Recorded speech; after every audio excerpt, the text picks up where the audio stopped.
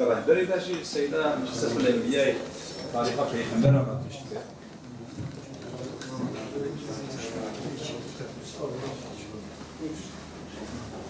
Seyda selam aleyküm. Hocam var.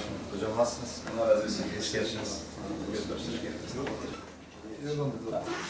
Seyda selam aleyküm. Hoş geldiniz. Allah razı olsun inşallah. Selamun aleyküm. Aleyküm selam. Ehle. Allah razı olsun. Elhamdülillahi Rabbil alemin. Vessalatu vesselamu ala seyyidina Muhammedin ve ala alihi ve sahbihi ecmaîn. Azallahu hacetun ve senazatun ve gafirallahu li şehidikum. İlâ ruhin nebiyyi ve aleyhi ve sahbihi hususen ilâ ruhihi el-Fâtiha.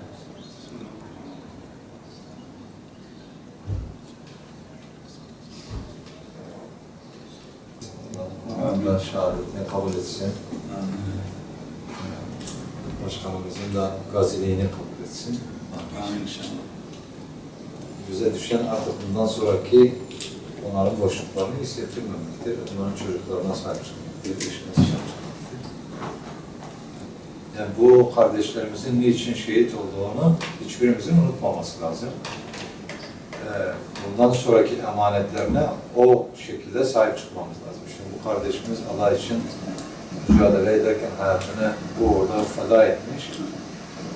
Bundan sonra onun çocuklarının da muhafaza edilmesi, aynı yolda yetiştirilmesi gerekir. Bizim için en büyük görev budur.